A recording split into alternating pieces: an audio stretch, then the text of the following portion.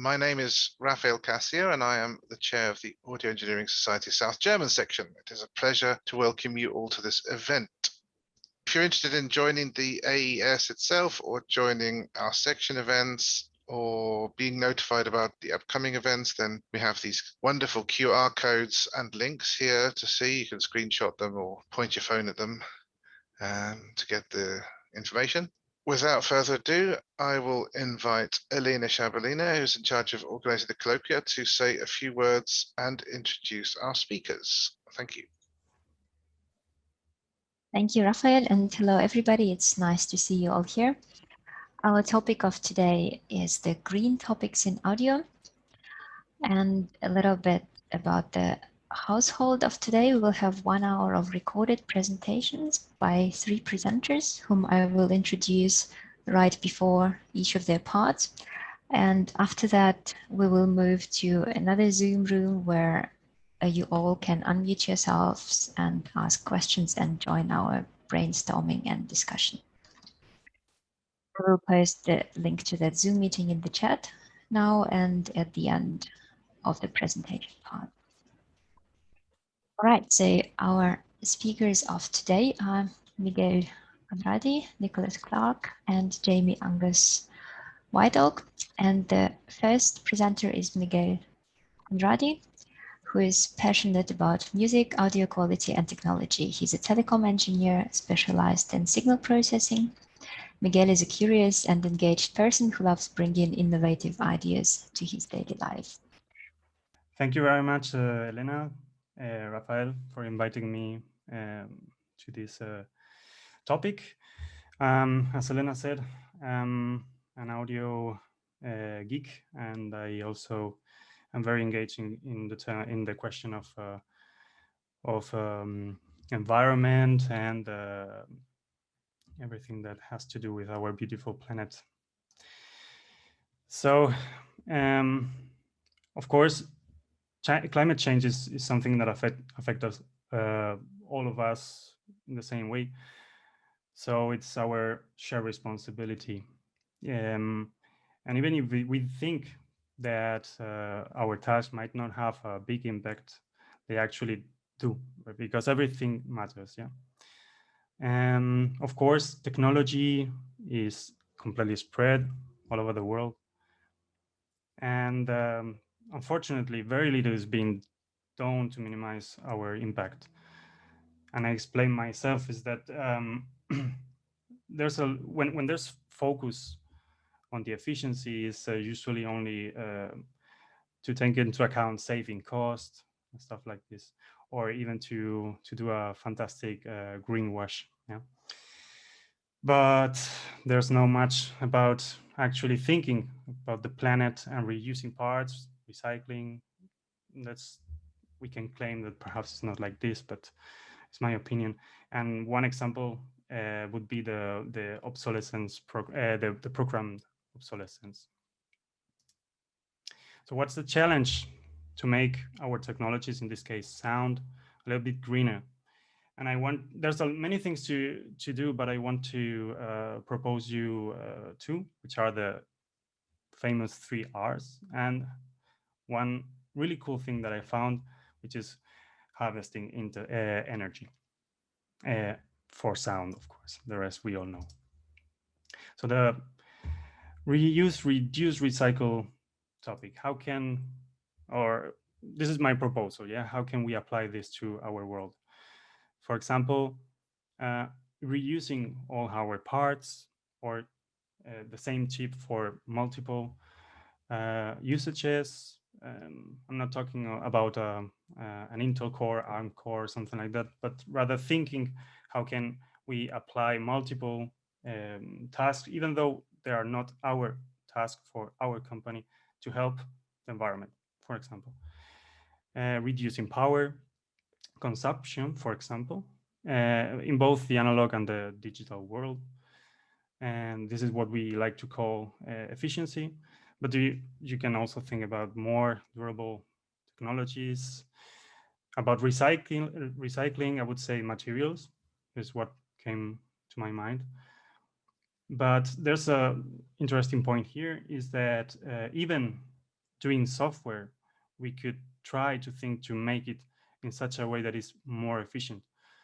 And this way, try to propose our customers perhaps smaller devices or lower power devices. So everything matters. And on the other hand, of course, we have been proving these months, right, this year, that working from home is a valuable solution. And even though it's not clear what the impact is, it seems also that it might have a good one. But I want to talk about sound energy harvesting. It's something that I found really, really cool. And the thing is, I was one day in the metro, and I'm super sensitive when it comes to loud noises. And I thought to myself, can we really canalize this noise and try to generate energy with it? And of course, sound energy density in the air is low, yes, but as we are in the Internet of Things era, and there's plenty of low power devices, we might perhaps apply these techniques for feeding those devices. It is a super promising field, but very, very marginally studied. And it works like, you think about a microphone, you have a incident sound source that makes vibrate a transducer, obtaining an electrical signal. But in this case, instead of amplifying the output, we might canalize and preamplify the incident sound wave. And I found this paper, thanks Elena again, of our some colleagues in the University of Seoul who did a very, very deep research about the different designs and different prototypes of sound energy harvesting methods. They have a focus on the preamplification stage with resonators such as Helmholtz or quarter or half wavelength resonators. In the transduction stage, they also put the focus with piezo or electromagnetic components, and also metamaterials, which is something like sonic crystals. They test many prototypes, many prototypes, so like many of them, and also a wide range of frequencies and sound pressure levels. As you can see here in the schema, the incident sound waves go through a neck, what we call a neck in a resonator. It makes it vibrate, or it can be also used with acoustic metamaterial, and then the rest of the transducing part. So then the applications that we might think about, for example, wireless sensors, monitoring, or roadway lighting.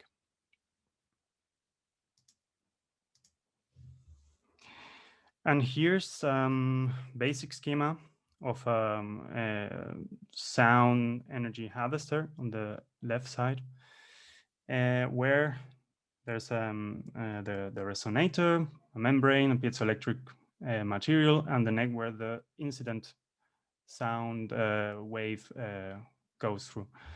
On the right, we have a schema of a Helmholtz resonator and half wavelength and quarter wavelength tube resonators.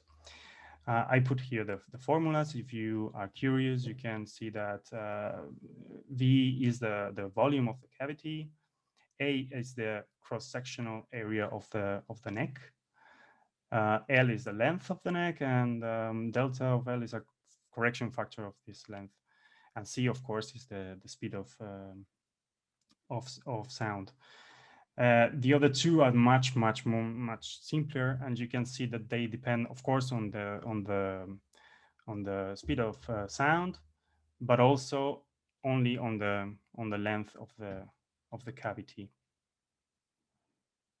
And by the way, the most efficient one would be the quarter of wavelength resonator. And here's one of the examples of the prototypes that I like the most. On the left side, you can see the cavity with an array of piezoelectric beams. It is cool because they tested these beams in other positions, like the distance to the end of the neck or the cavity, and also placing these beams in a zigzag or just aligned. And on the right side, we have some of the results. One important thing before getting into the numbers, because as I said, they are prototypes, and they try with different number of piezo beams, positions, and so on and so forth. But important is to that they did the study on how it would be with and without this the resonator, and apparently the gain is 100. So it's pretty important to have a resonator, which seems obvious to me, but not to everybody apparently. So this will be the summary of this paper. By the way, this is the name, a brief review of sound energy harvesting. I didn't say that, and I asked these guys to join us today, but I didn't have any kind of response. So I hope it is okay that I present this. In any case, my summary would be that the resonator-based harvesters is one of the three types that they have studied. The best one would be the quarter wavelength resonators plus a piezo beam array. And in the best of the cases, they obtain 15 volts, 12.5 milliwatts at 200 hertz of frequency of the resonating frequency, and 110 dBs of SPL. About the acoustic metamaterial, I found interesting that even though they obtain a much lower output level power, they are independent from the device size. So this is kind of convenient and a really nice field of study. And they also tried combining both. And the hybrid harvesters obtained good results, but it turns out that the performance get deteriorated with the time when applied together, these two techniques. And the issues that still to be tackled, I would say, are that the wide range harvesters are not really what they didn't find, let's say, the good way to have them, because they tried for one particular resonating frequency, the best scenario for that frequency, and so on and so forth. And the other issue is that they tried with really high incidence SPL levels. So it would mean that this would be only valuable for very noisy environments. But if you ask me, there are many examples of very noisy environments. I don't know, like an airplane, I don't know, an industry or whatever, or in a road, in a highway, whatever. And I found other kind of studies in the internet. There's a guy who in YouTube who does the same that I just talked about, but he only tries the membranes, the membranes and the rectifiers, but no focus at all on the preamp stage, which I find pretty interesting in the previous paper that I commented about. But it's it is still cool to see. It's only 5 minutes, and thanks, Rafael, for doing this fantastic QR code. I didn't even know that we could do that. And other kind of studies that I found really interesting, and you might think from the very beginning, why not just harvesting the vibration, for example, in a floor, in a concert hall or something like that? Well, it does exist, and it's already a company, and it's called Revive Energy. I invite you all to take a look at that. It's very promising. And another thing is wind turbines for passing cars. It's something that you might also see in the news. I remember it is kind of cool. This thing here, it turns when the buses come through, and it generates a lot of energy as well, but it's not really audio. So I wanted anyway to comment about it. So this is my personal conclusion. Sound energy harvesting from the air, it is promising, but it will target low power devices. As I said before, there are many situations in which we could apply those. Also, that harvesting vibration from materials is already a product, so good news.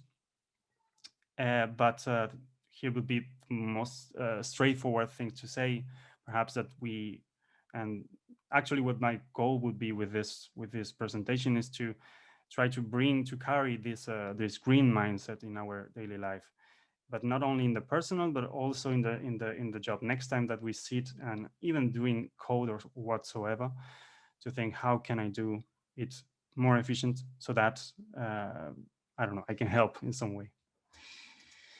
So what else can we do? I propose you to join us after the next presentations to discuss a little bit about this. And if someone has other ideas, please share that with us. I would be super interested to know them. So thank you very much. I'd like very much to do this presentation to you guys. Thank you. Thank you very much, Miguel, for your very interesting input. I look forward to the discussion afterwards and to hear all the other ideas and opinions. Our next presenter is Nicholas Clarke from Harman Luxury Audio. The Senior Director of Global Engineering for Harman Luxury Audio, Nicholas Clarke is responsible for guiding premier engineering teams around the world to create award-winning products for Harman Luxury Audio's renowned brands such as JBL, Synthetics, Arcom, Lexicon, Mark Levinson, and Regal. Before joining Harman in 2017, Clarke worked with Audiolab, which became DAG McLaren Audio, and became chief engineer there in 1998. After 5 years with DAG McLaren Audio, Nicholas was appointed Director of Engineering at International Audio Group. In 2006, Nicholas joined the A&R Cambridge team, becoming Director of Engineering. Following 11 years of driving innovation with A&R Cambridge, Nicholas stepped into a new leadership position with the Harman organization. His experience, knowledge, and passion for audio shines through high-performing, cutting-edge products such as JBL Synthesis SDP55 16-channel home theater processor and the JBL Synthesis SDR35 16-channel AVR feature. He earned his degree in electronics from Angela Ruskin University in Cambridge, UK. Welcome, Nicholas. We're looking forward to your part. Okay, thanks, Eleanor, and good afternoon, and hello to everybody else. Right, as Eleanor said, my name's Nicholas Clarke, and I'm responsible for the Harman Luxury Audio Engineering Group, which encompasses quite a number of great brands like Arcam, JBL Synthesis, Lexicon, Mark Levinson. And I'd like to welcome you to a brief discussion on one of our key technologies, Class G amplification. So, what is a Class G amplifier? Well, any audio power amplifier drives the audio signal with power into loudspeakers. To do this, it needs to deliver lots of volts and lots of current, usually simultaneously, to a low impedance load across a wide range of frequencies from 20 Hz up to 20 kHz and beyond. We can get into that debate later, with low to no audible distortion. For a nominal 100 watts RMS amplifier delivering a sine wave, the peak output voltage needs to exceed plus or minus 40 volts for an 8 ohm resistive load with a peak current of about plus or minus 5 amps. Sorry, Nick, to make sure you're sharing your screen. I'm not sure if you intended to already. I am. Am I not? Yes, now you are. Now you are. I could see it. Okay, I then. think we could see it. It's okay. I think you Okay. can carry on where you Okay. were. I don't know. Other people are saying they can see it as well, but yeah. Okay. It's Yeah. yeah, okay. Working now anyway. Okay. Sorry. That Thank you should very much. be- Yeah, you can see the full screen, can you, Rafa? Yeah, we can see the full screen now. The first Okay. slide, right? Yeah. Okay. So Okay. Sorry. Thank you. that's all right. So in practice, much more current may be needed to drive real loudspeakers whose impedance dips well below the 8 ohms at some frequencies. In the above example, a plus or minus 8 amps would be the typical requirement. However, to drive today's 4 to 8 ohm loads at 100 watts, this should be increased to plus or minus 12 amps or more to account for the fact that it will be used for music and not just a sine wave. And in real life, the power supply rails will need to be closer to plus or minus 50 volts rather than the theoretical minimum of plus or minus 40 volts in order to account for any in-circuit losses. Such high powers mean that a great deal of heat is typically dissipated in the amplifier itself, and it's not good as part of our green debate today, especially in the output stage. If you've ever tried touching one of those old illuminated 100-watt light bulbs, the one that was working before Miguel's broken one, I don't recommend it. This approach is expensive. It requires physically large arrays of output transistors, massive heat sinks, and a suitably rated power transformer to power the space heater you have just designed. So efficiency matters because more efficient amplifiers generate less waste heat and save both money and energy consumption. And that's also why we use LED light bulbs now rather than the incandescent bulb. Class G is an amplifier technology that was first developed in the 1980s. Primarily, it is a method of improving efficiency in conventional Class AB amplifiers in the days before pulse width modulating amplifiers, which are also known as Class D amplifiers, were possible. The principal benefit is reduced thermal output. For Harman, Class G presents us, well, for anyone, Class G presents us with some challenges, but crucially some important opportunities. At its core, a Class G amplifier has 2 positive and 2 negative power supplies rather than one of each in a typical amplifier. One of these supplies operates on a lower voltage than the other. The benefit of this is that the amplifier only draws on the higher voltage supplies for high output demands. This is because the music's peak mean to amplitude ratio is quite high, typically 3:1. So the full power supply voltage is only occasionally needed. If a nominal 100-watt output stage in an amplifier is usually only run at, say, plus or minus 20 volts rather than plus or minus 40 to 50 volts, then it will on average run much cooler when playing music. Of course, extra power supplies are needed, but this cost can be largely offset by the lower heat dissipation and the smaller size of the whole system. So that's the very, very basic theory. So now, how do we implement those in our products to realize those efficiency benefits of Class G that I've just mentioned? Now, the eagle-eyed of you will have spotted a slight error in this diagram. The 50-volt rail there and the negative 50-volt rail should not be flat. That gets us into the difference between Class G and Class H, which we won't touch on. So, whilst I first think it's important to point out that Arcan did not invent Class G, we are one of the very few companies using it today. In fact, I only know of one other, and arguably we have the most advanced implementation. Basically, it's 2 sets of positive and negative power supplies are used to feed the output transistors. The higher supplies, purple, are only used when the situation requires it at the loudest listening levels and are then smoothly blended in as and when required, accurately following the envelope of the signal so that the operation is inaudible. The aim of the development of Class G was for inaudible distortion at all listening levels within the amplifier's power envelope, whatever the loudspeaker load.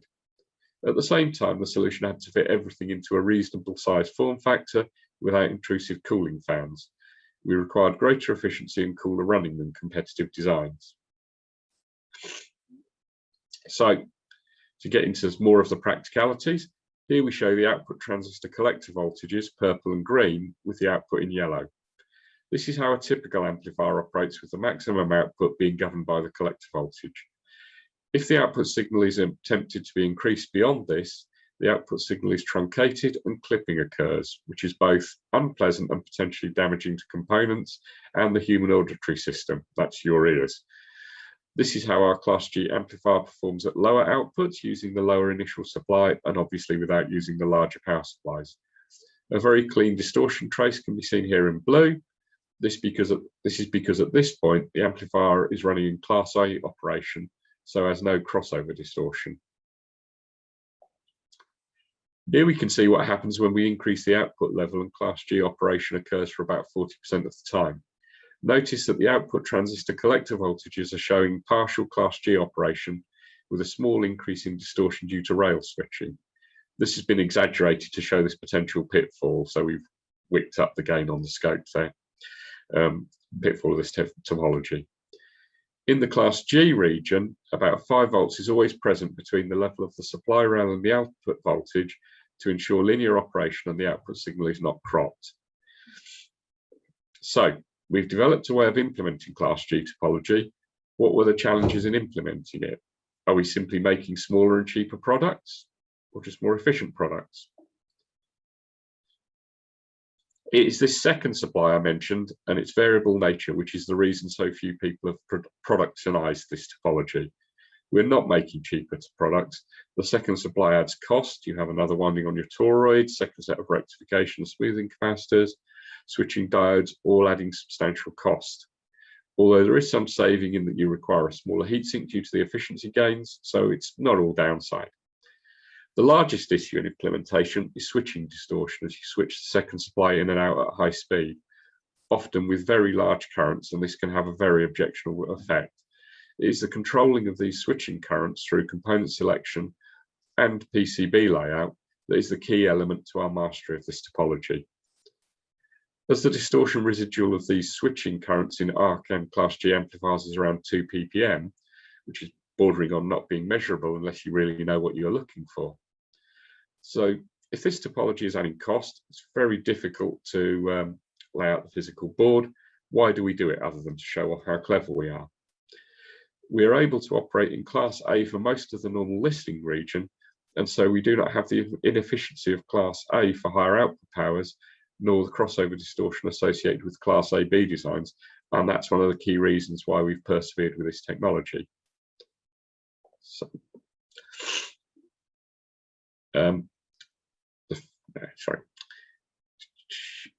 the first reason why this is important to an average music lover is easy. We do not have, for all practical purposes, any crossover distortion. It's in this region where even in a hugely powerful amplifier that all of the micro details of sound reproduction live, and the ability to reproduce these as accurately as possible is the fundamental difference between an okay system and a really great system. We achieve this with a sliding bias that has much greater range than any other amplifier topology. The level varies by product as each is optimized for the size of supply, heatsink, number of channels, and various other factors. To illustrate this better, we have 2 signal traces here. The left is a Class AB amplifier. It's quite a good one of ours, in fact, if you look at the scale on the residual there. But you can clearly see the crossover distortion in blue on the output trace yellow. This always occurs at low level, and the effect can be shown by the red FFT, which shows the harmonic components of the distortion. On the right is a Class G amplifier running at identical output levels. The blue distortion trace is clearly cleaner, and this is also shown in the lower, which is also blue, sorry, FFT, where the harmonic distortion is all but eliminated. In fact, there are only second and third present, and those are both below about minus 120 dB, if I remember correctly. Also, it's worth pointing out that this is at maximum output. At lower levels of output, these would be in the noise. So almost all practical listening situations, you would have 0 measurable distortion. which is obviously great for an audiophile. The second reason, and pertinent to the conversation today, is that the greater efficiency means that the amplifier runs cooler, and this has reliability and longevity benefits, as well as cost savings for running. Key things in pride of ownership of an expensive piece of luxury audio equipment. So with Class G, it appears we have the best of all worlds. We have an amplifier that is smaller, powerful, and high in performance. On this evidence, why aren't all amplifier manufacturers going out of their way to make Class G amplifiers? Simply, it takes specialist skills and quite a few iterations to get it right. You know, this is the result of, in its current form, of about 10 years of work. If any part of the layout or component selection isn't fully optimized, you'll produce an amplifier with switching distortion, which is more objectionable than the crossover distortion you were looking to eradicate. Another fringe benefit I hadn't mentioned, in addition to the efficiency, cool running, and longevity, is the variable supply allows for near instantaneous current delivery. And this allows for the ability to drive even the most complex loudspeakers, which are quite common in the luxury audio space. You know, I've personally been to quite a few dealer events where they've said, oh, you think your little amp's good, there's no way it will drive these speakers, let's hook it up and watch it fall over. The dealer has then connected a Class G Harman amp in place of something at 10+ times the cost, is the size of a house, and can heat a small country when running. And they've been genuinely amazed when it capably drives the speakers. And that's a pretty powerful demo tool for anyone. So, in conclusion, I'd like to thank you for your attention listening to me, and pass it back to Eleanor to introduce the next presenter, please. Our next presenter is Jamie Angus-Whiteoak, who is a professor emerita at Salford University. Jamie's interest in audio was crystallized at age 11 when she visited the WOR studios in New York City on a school trip in 1967. After this, she was hooked and spent most of her free time studying audio, radio, synthesizers, and loudspeakers, and even managed to build some. She has worked in both industry and academia in diverse fields, from integrated optics and acoustics to analog and digital signal processing. Her expertise ranges from valve tube circuits to the applications of esoteric number theory and signal processing. She has 20 degree-level courses in both music technology and electronic engineering in the UK. She's the inventor of modulated wideband and absorbing diffusers, direct processing of super audio CD signals, and one of the first 4-channel digital tape recorders. She has done work on signal processing, analog circuits, and numerous other audio technology topics. She's been awarded an AES fellowship, the Institute of Acoustics Peter Barnett Memar Award, and the AES Silver Medal Award for her contributions to audio and acoustics. For relaxation, she likes playing drums and dancing, but not at the same time. Hey, Jamie, the stage is yours. Thank you very much, Elena. Hopefully you can all see my screen. I'm going to talk also about Class G reen amplifiers.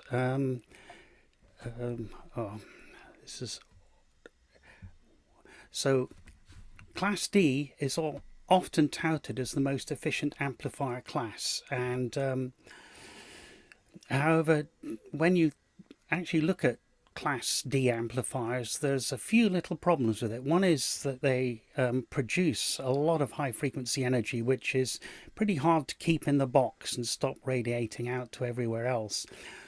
Also, more subtly, is that you're connected to the power supply by the switches for Class G switching, so your power supplies have to be incredibly clean.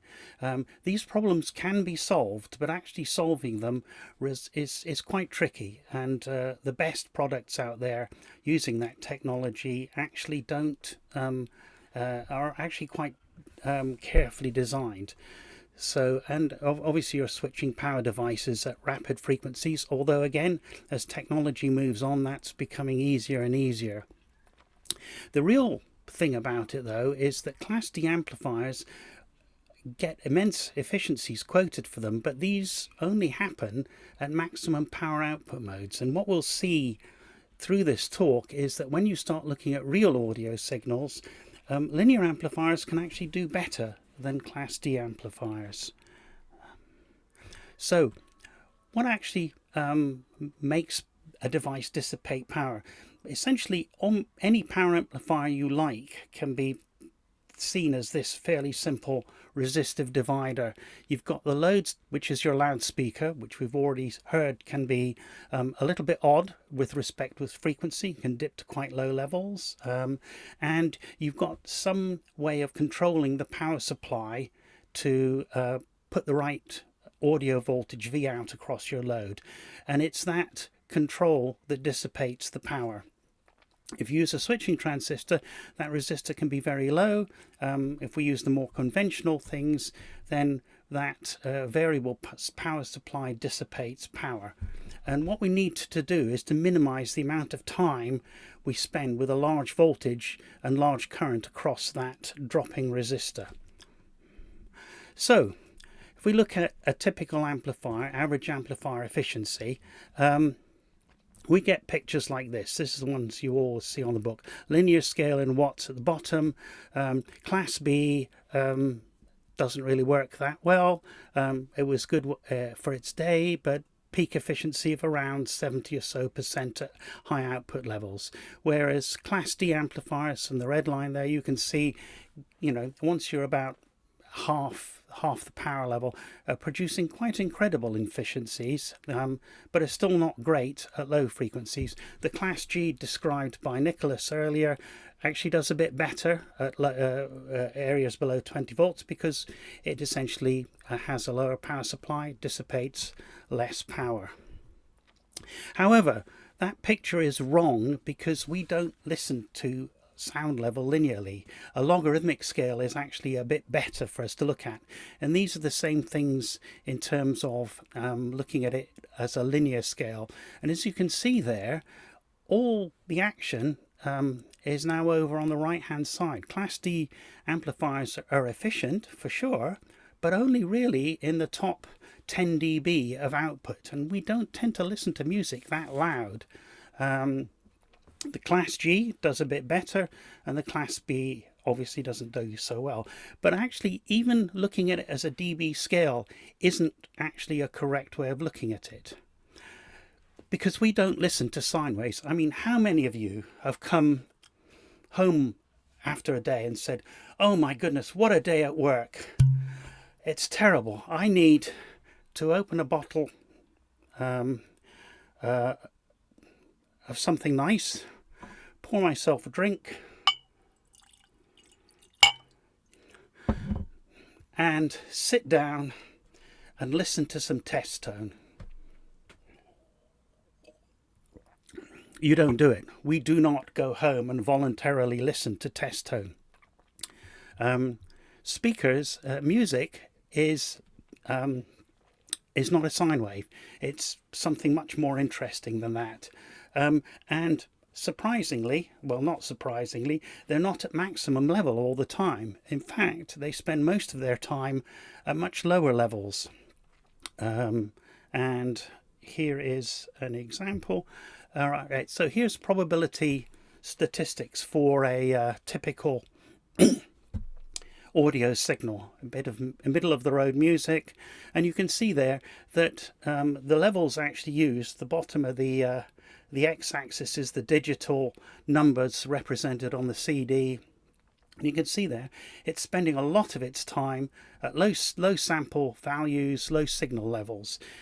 This isn't a particularly helpful representation, but if we put it onto a log scale in terms of dBs and put it in terms of watts, then you start seeing something far more interesting, and that is that as you go up in power output level, the signal level, the actual chance of it happening drops dramatically.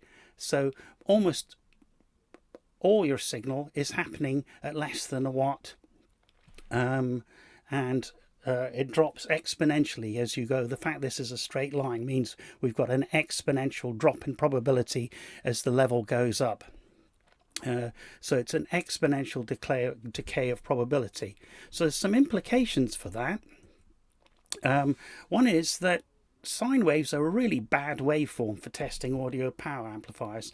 There's a sine wave. It spends most of its time at the maximum level. So that's why our power amplifier Class D things look so good, because for sine waves, they're brilliant. But once we start looking at real signals, the audio signal as a Laplacian approximately actually is much more likely to be at a lower signal level than a sine wave, but at higher signal levels is actually more likely to hit the higher levels as well. And I've put the Gaussian in there because lots of people say, oh, audio is like a Gaussian probability distribution. It's not, and you can see there that compared to a Gaussian distribution, audio signals actually, again, spend more time at low signal levels and more time at high signal levels compared to a Gaussian. So using a Gaussian assumption isn't really quite the right thing to do. Okay, so does this actually apply to more general music? I showed you an example for one track. Well, a Danish PhD student did quite a bit of work on this, and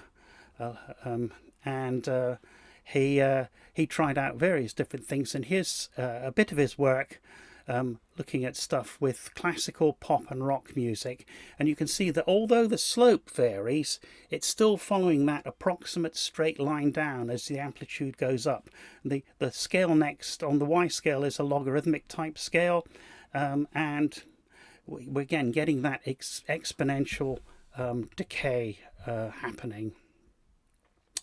Right, he did it for about 180 different examples over lots of genres, and ended up with a graph like this. The black straight line graph is the mean audio distribution level, and you can see it's following that exponential decay in probability as you go up in amplitude. He was particularly interested in pulse width modulated amplifiers, Class D, so he was worried about the duty cycle. But the interesting thing that comes out of this is he found that the peak to mean ratio was typically minus 15 dB. In other words, the average power output of a power amplifier was on the order of 15 dB less than the actual peak waveforms coming out. And that has implications for how we might go about designing an amplifier.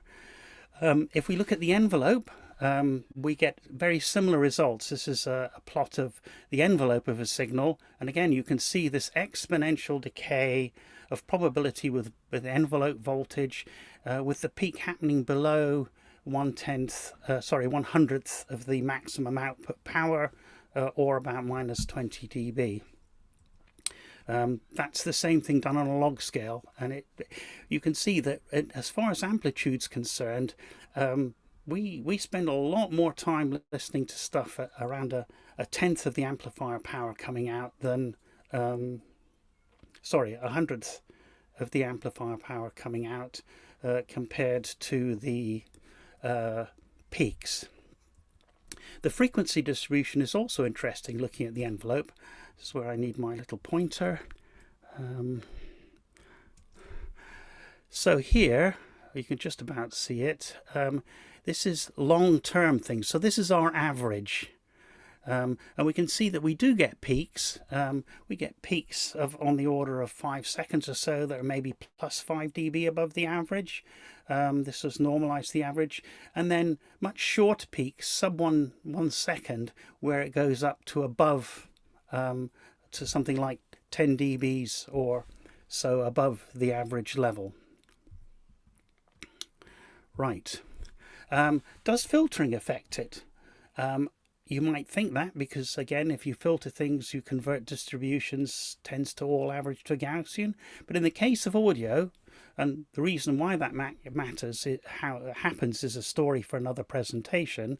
But here's just 3 filtered things: a low pass filter, high pass filter, 300 Hertz, and the full bandwidth. And you can see, again, they all follow this exponential type decay.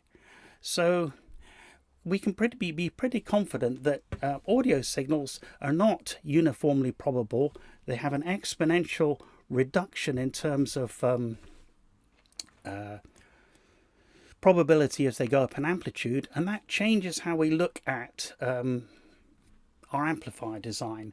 So instead of looking at sine wave average efficiency, let's look at the instantaneous efficiency, which is the time, point by point in time efficiency as you vary the instantaneous power output of an amplifier.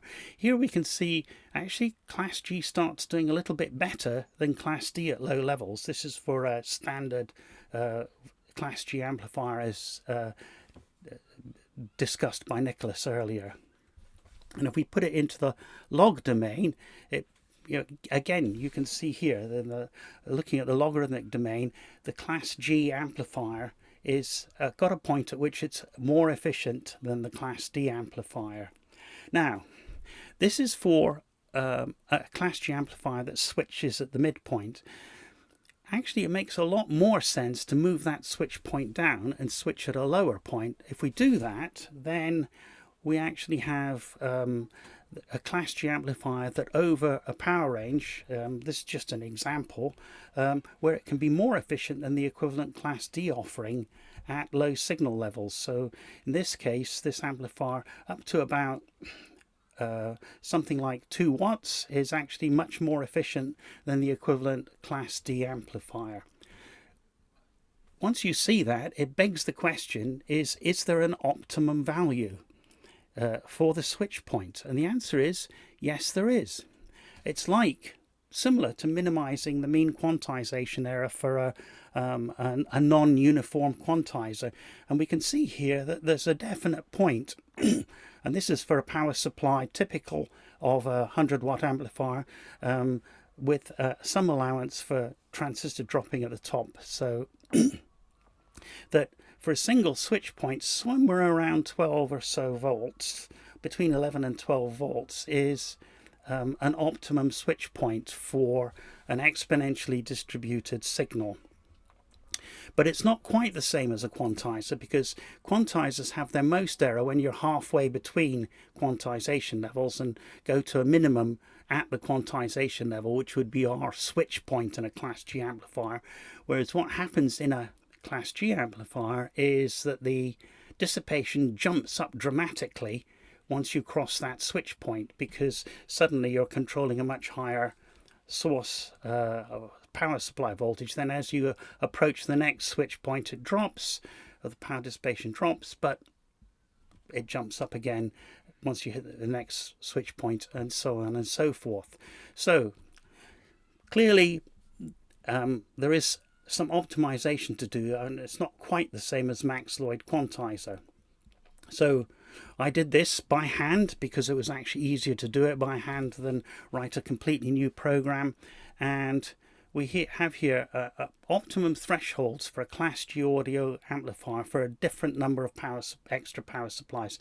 So n equals 1 is the standard 2 power supply Class G, where it suggests that actually having 13.1 as the switch point, this is for a fixed switch point and a fixed higher voltage power supply, where the chances of clipping was 0.01%. It was still a reasonable power output, but you can see there that as we go up with a number of levels, the number of the switch points basically extend in some non-uniform way across the voltage range that the amplifier has to use. If we look at the actual power dissipation, we get something really interesting. The Class D actually has a fixed overhead of power dissipation because of the switching losses driving the switches. But you see here with the uniform Class G amplifier, after a while, even a uniform Class G amplifier will do better than a Class D amplifier, but the optimum, one optimized to the exponential distribution of the audio signal, will do much better. And after at 2 switch points, so 1 extra voltage rail compared to the standard 2, will actually be more efficient than even a Class D amplifier over the operating range of the amplifier. Now I have to say, question is, what happens if you have a different distribution? Well, the same thing, the efficiency, which is sort of the inverse of the previous curve, you can see also once you are above 2 switch points, the optimized Class G does better than a Class D amplifier, and at all times it's doing better than the uniform Class G amplifier. Right. You can do the same trick for Gaussian PDF. Unsurprisingly, the voltages are slightly different, but the results are very similar, and as the number of switch points go up, the amplifier gets more and more efficient. You can see there that after 2 switch points, we're beating Class D in terms of efficiency. And I should say this is a real Class D amplifier circuit that I was comparing it against. Of course, sine waves are involved in testing audio amplifiers, and one of the specs is that it's got to actually work for 1/8 power maximum output, and you can optimize for a sine wave as well. Again, the switch points change a little bit, and the curves look a bit odd, but again, once you hit 2 switch points for an optimum Class G, you can optimize the switch points for a sine wave as well, and likewise the efficiency. And it does vary if you don't quite match the power and things for the amplifier, but it's reasonably robust for changes in output power and setting. But this is for fixed switch points, and I'm not suggesting designing a multiple switch point amplifier is the right way to go, because it results in rather complicated power supplies and circuitry. So this is a thought experiment rather than a realistic circuit, but we still have something that keeps its efficiency even if things vary a little bit. Okay, if we actually look at Class G, you can see this is a conventional uniform Class G from another paper, that as you go up in number of switch levels, the efficiency improves, and it performs even better than Class D. And of course, a modulated power supply, as was discussed in the previous talk, is one way of achieving, if you like, an infinite number of switch supplies. So modulated supplies are probably the practical approach to go for. And the advantage of using Class G in a modulated supply is that you isolate the varying power supply, which can go wrong, from the audio output. So your inner supply, which is nice and stable, is being used most of the time, and it's only the peaks that actually use the modulated supply. So in general, it's going to probably sound sonically much better. Of course, if we're just trying to make a thought experiment for a Class green amplifier, most of our audio these days is digital, so there's no reason why we couldn't have a system where it comes into a DSP and the audio drives the Class G amplifier, and some form of tracking PSU is controlled by the DSP as well. The advantage of that is you can put in a little bit of a skew delay to give time for your power supply unit to catch up with the audio and modulate with the envelope, which again we've seen also follows this idea of being at low levels most of the time. If you did it with analog, you'd have to use an analog delay, and believe it or not, analog delays have been used for a very long time before digital. Here's an example of some Bessel ones. Here's some example of some Chebyshev audio delays, very, very small phase errors, so we can't see them, but you can get quite good delay with second order systems over some sort of bandwidth. And to put it into practice, using an all-pass network, a second order all-pass network would give us a delay of approximately 3 microseconds within 1%, up to about 60 kilohertz, which I think would be more than enough to cover the audio range. And 3 microseconds is a lot of time to give you time to switch on even a somewhat slow switching power transistor to do the switching to the higher voltage supply. So Tim, you have 3 minutes. I thank you. To finish, Class D is not automatically the best choice. And the reason for that is an audio signal spends most of its time at comparatively low signal levels, even when quite heavily compressed. Those examples I showed you, the summed examples included some modern material that had been loudness war compressed, and Class G with an optimized switch points works much better, but a modulated supply is more practical. But I would say that even so, I would suggest that we could get away with a much lower inner supply voltage than 20 volts, for example, for a Class G amplifier, which would further improve the benefits of using that topology for green amplification. Thank you very much, everyone.